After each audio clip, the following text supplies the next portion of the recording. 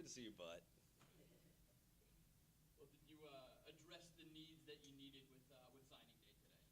I think we did. We actually had great balance on offense and defense. We had a little bit more on the defensive side, but that was the goal of the classes. Our numbers were a little bit skewed on the defensive side for the last 2 years. So over the past two signing classes, we've been trying to find a way to kind of rub that off a little bit. I think we signed a little bit of everything that we kind of needed, and we're still kind of in the search for a little bit more. But other than that, I'm really happy with the 17 that we do have, the 17 that will be coming out here in the next couple of hours. Thanks, Brent. Appreciate it. Formal thing. Sorry, Jeff. Are you right out the door, Scotty? I'm literally, yeah. CCSD All right. 11:30. Darren's Oh, on wow. vacation today.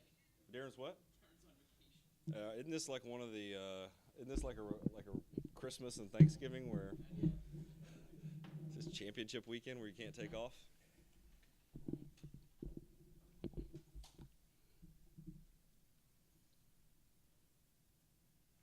Jeff, how are you, sir?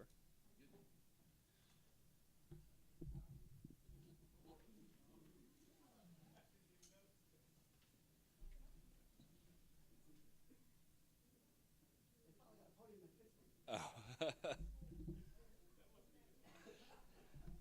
This is brand new. Yeah, we got to keep It's that a one. brand new one. The other one, I was trying to get one. I was adjusting it. I didn't even get on it. Everybody good on audio? Kevin, Ben?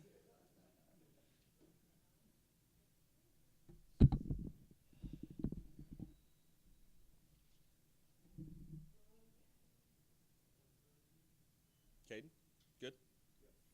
All right, welcome to the 2018 Citadel Football Signing Day Press Conference.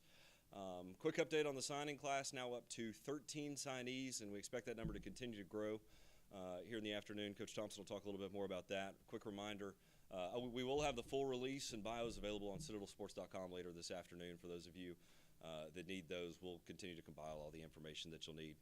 Spring practice begins tomorrow, 3 to 6 on Wilson Field.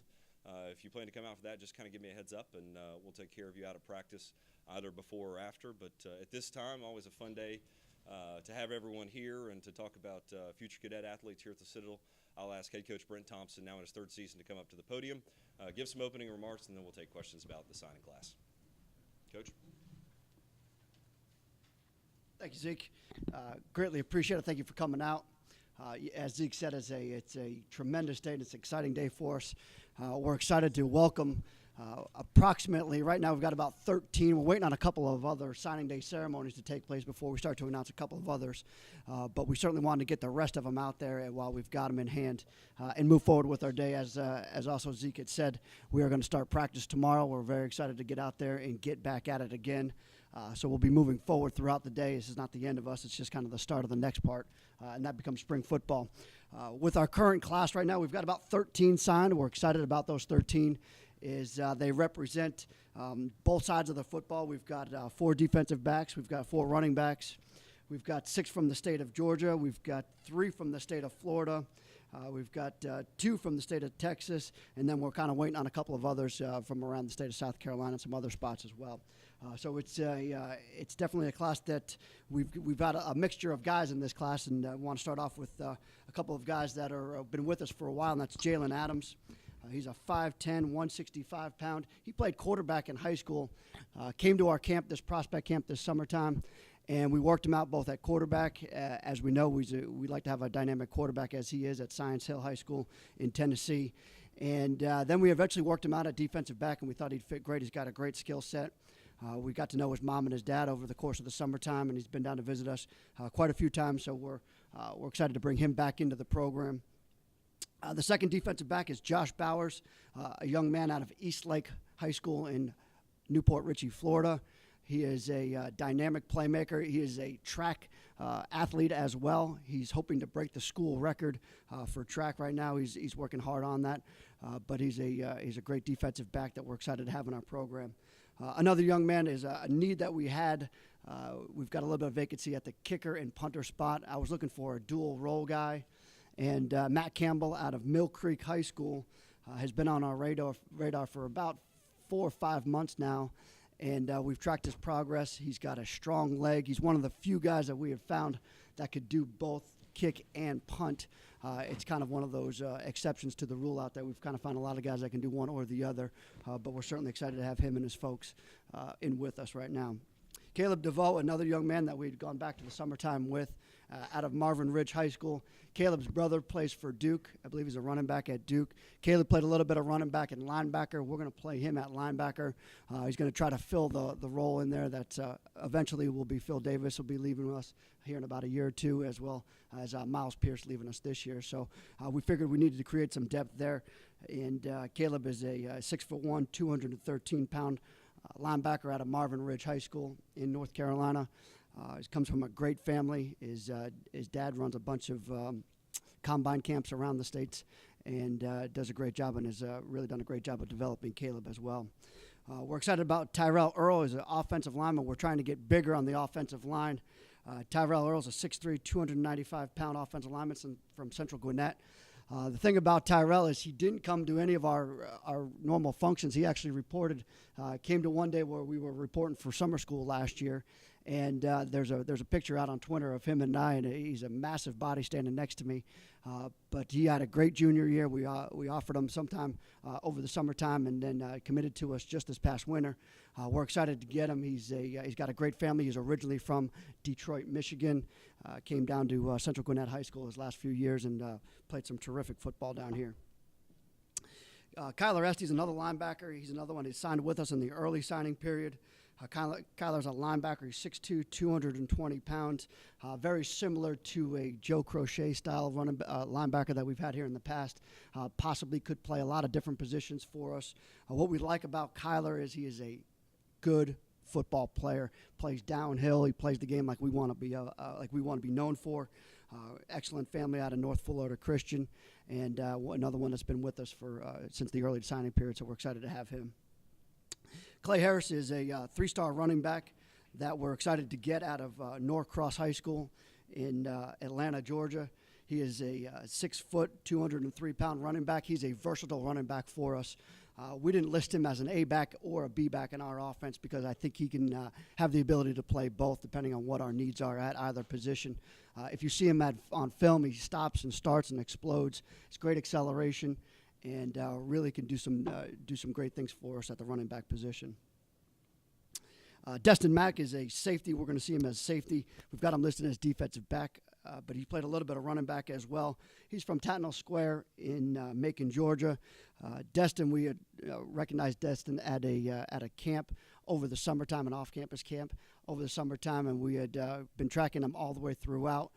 He's another versatile athlete. He can play a lot of different things. He's a baseball player. He's a basketball player, but we're really excited to have him as part of our football program out of Macon, Georgia. Nakim Njoku. Unfortunately, Nakim took a season-ending injury, but we had Nakim at camp. He is a product of St. Pius High School, which is also coached by a fellow alum there, Coach Paul Standard. He is a tremendous athlete. He has gotten himself into great shape right now. He's working extremely hard. He'll be able to run track this season. Just visited with him about 2 weeks ago. He's put on some really good weight. He's an excellent blocker. He'll be great at our A-back spot. Von Ramsey, a local product here in Greenwood, South Carolina. Another guy that can do a lot of different things for us. He's played a little bit of outside linebacker. He's played a little bit of safety. He's played a little bit of running back. Most of his accolades are probably for his running back skills, although we're going to play him on the defensive side of the ball. Von and his family came down and visited us just about a week ago or a week and a half ago and made the decision to come and join us. And we're excited to have him because he's a great local product, and it's a great Citadel area in Greenwood. Continuing with our Texas pipeline, we've got Jonathan Toole, 6'1", 287-pound lineman. He comes out of a great program. I went down and visited the program just for the first time a couple weeks ago at Klein College, right outside of Houston. I was impressed with the way that these guys work. He's going to come in here with a tremendous amount of work ethic. I know that. What I like about him on the offensive line is he's plays flat back downhill. He's got good weight behind him. He plays with tremendous technique. He should do well in our offense. I think he's going to fit in perfectly with everything we're going to ask him to do. Keith White's another running back. He's been with us probably since the summertime. He's another one we've been heavily recruiting. He is a tremendous track athlete as well. He's I believe he's a hurdler, and he's going to set the state record, I believe, in the hurdles in the indoor this year. And he's a 5'11", 190-pound running back from Montgomery, Alabama, in Montgomery Academy. And once again, trying to fill in a little bit of the A-back spots. Emike Nwanze is a running back, 5'11", 210-pound running back from Atlanta, Centennial High School. Played his junior year at a different high school and transferred over Centennial and had a tremendous year. I believe he's another 3-star running back. He will definitely be a B-back force at 5'11", 210 pounds. If you watch this young man on film, he is a lower your pads kind of guy. He'll try to run you over instead of running around you, but a tremendous family. He's got another brother as well. That's a football player at Centennial. We've also got a late addition to it is Mason Kinsey. Mason is out of the Dallas, Texas area. He is about a 6'2", 227-pound defensive lineman. We are excited to get him. He's going to probably play defensive end for us, but a young man that's got tremendous upside. He's really been able to work and develop his body. I just saw him a couple weeks ago as well, and he was working extremely hard in the weight room. Can bend, can rush the passer, can leverage you a little bit with his arms and his legs because he's got some great raw ability. I want to congratulate all of these guys on their commitment to the Citadel. As we know, it's not an easy commitment. We ask you to commit to a lot of things here. We ask you to commit to not only the football program, but academically graduating from this place, also as well to the Corps Cadets, and that's a tremendous amount that we're asking out of our young man. So I want to make sure that they understand how we feel about them and how we feel about this signing class. I think this is going to be a tremendous class here in the next couple of years for us. I want to thank their moms and dads, aunts and uncles, coaches, grandparents, guidance counselors, everybody that's helped them along the way towards this decision. As we know, as I think it's a tremendous decision that they made. We're certainly excited to have them be a part of our family as well. The last set of people I want to thank are certainly my coaches. It's a lot of work that goes into this, and it starts probably March of last year. It goes all the way through our camps and some other camps, as well as through the season when we're trying to win football games. We're also trying to recruit our next class, and it culminates with about 6 weeks of on-the-road recruiting, traveling long hours, staying in hotels, and doing whatever it is to get a class signed here. I want to thank their families for allowing them to do that. I also want to thank our on-campus family, our support staff, as well as our faculty that also helped us through all of the official visits and recruiting. I'll take any questions now. How did the early signing period affect the dynamics of recruiting for schools at your level? Did it kind of clear the decks a little bit, or how would you describe it? You know, on one hand, I thought it cleared the deck. On the other hand, I thought it just we just signed the guys that we knew were in the boat and we can move forward. We only signed 2, but if you look around the league, there's about anywhere from 8 to 10, maybe 12 at the max as I looked through them in December. And really, as I looked through them, the 8 to 10, the 12, anybody that had signed them, they had been committed to them probably since the summertime. It's pushed our timeline up, and it's pushed everybody's timeline all the way up a little bit. But it also allows us to get them done earlier and focus on maybe some other the ones that are in between. For us in particular, I think it's a little bit more difficult is you've got to really digest the Citadel. You've got to understand everything that the Citadel is all about. And I don't want to take a commitment from a young man unless he's been to campus, unless he truly understands, unless I've been to his house, unless I've looked his mom and dad in the eye or his coach or his guardian or his grandparents in the eye, and I said, this is not going to be easy. You're going to wake up early, you're going to go to bed late, and you're going to work in between. All right, and there's certain expectations that you have here. And that's why I think that for us it's a little bit different than the rest. But as far as the whole field is concerned, the dynamic of the field is concerned, is that, yeah, I think we signed the ones that we were going to sign anyway. We just kind of did it earlier.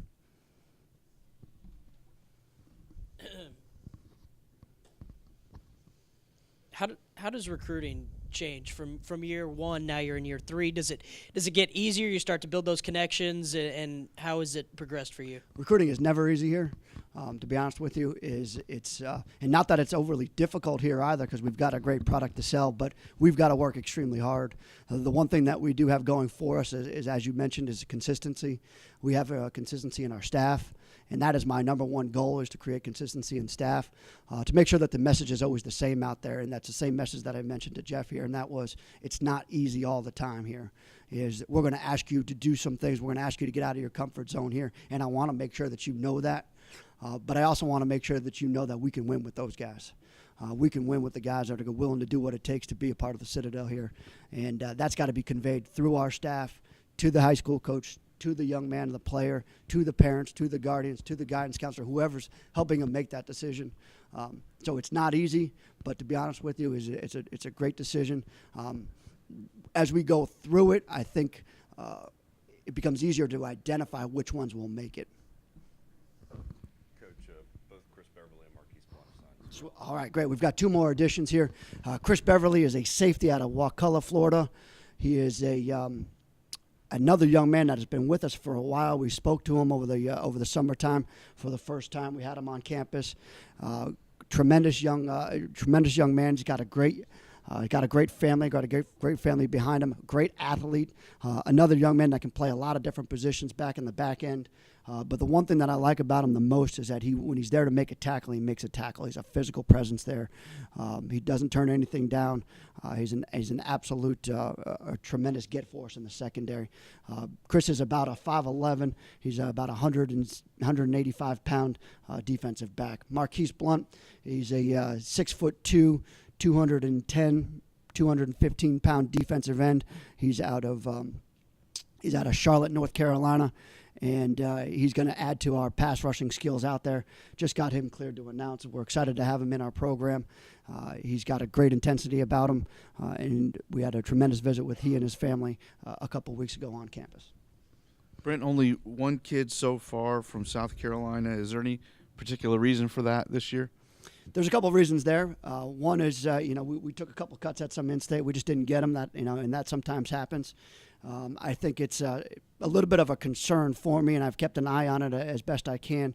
But as you could, as I've kind of alluded to here, the Citadel it's a decision that you've got to kind of make as a family or as an individual. That's not an easy one. So when you do take as many cuts as you can, and they happen to be some in-state guys, you're going to get turned down. And that's okay, and that does happen. But we do have 5 guys committed to recruiting in the state. We have put a bunch of offers out in the state, we thought. And as you look, and I've kind of read the article that you posted a couple days ago regarding Coastal Carolina. And some of those things ring true for us as well. They get picked over by some different schools. A couple of FBS schools come in, and a couple of FCS schools come in. But really, I think it all could be attributed to maybe just that 1 year. Because if you look at us last year, I believe we signed 6 or 7 in our signing class last year from the state of South Carolina, which usually makes up about half of our class. So I'm disappointed, but yet we're going to still pursue some in-state. Emeka Nwanze, he is a kid that had a lot of early offers from bigger schools. What's kind of his story, and how did you land him? Fairly typical is persistence. Landed. Both him and Clay are very similar stories. You've got 2 highly touted running backs that for one reason or another just didn't pan out the way that they thought it would go. And with Emeka, he was actually here. He was actually here for one of our junior days, and that's kind of when we were first able to get to know him over the summertime. And really, that was the starting off point for us. And we just tracked the progress of a lot of them. And Twitter allows you to do that. Probably in years past we would have moved on because he had a whole bunch of FBS offers. But really, Coach Harrell did a great job of minding both of those guys and really just staying on those guys. And then we added in Coach Hopkins, who's a little bit familiar with that area as well. So we double-teamed both of those guys with those 2 recruiters, and we just stayed on them. And it was really just about persistence and perseverance. And we're excited to have them. It was really, I took off out of here on a Sunday to go home visit with both of them on the same day. And that was right after an official visit. We didn't know if we would still be in the mix with them when we found out that they were still available. In the midway through January, we made a hard run at them, and I was just happy to get them to this point without anybody plucking them from us. And no quarterback so far. Are you still hoping to get one? We do. Yeah, we're expecting to get one, and we're hoping to get one here in the next couple of hours. And the one that I think we're going to get is we're excited to get. If you don't sign a quarterback, is that a big concern for this class, or what do you think? Well, it would put us – This one puts us right back at 4, which is always where I like to be at 4. I like to have one in the pipeline and working out, and I also like to have one that I can develop in a couple of different positions. Brandon Rainey's going back to quarterback, as we've both stated here, so that helps us out for the immediate future, but for the down-the-line future, the bigger picture, I think I would love to have a quarterback in this class, and it was my goal to just at least have one, and I would never probably turn down 2 if it was the right 2. Anyone else? Thank you, Coach. Signing class grew by 3 during the press conference, so you can tell us what we provided previously to the side, and I'll get a new release out to you in the next hour or so.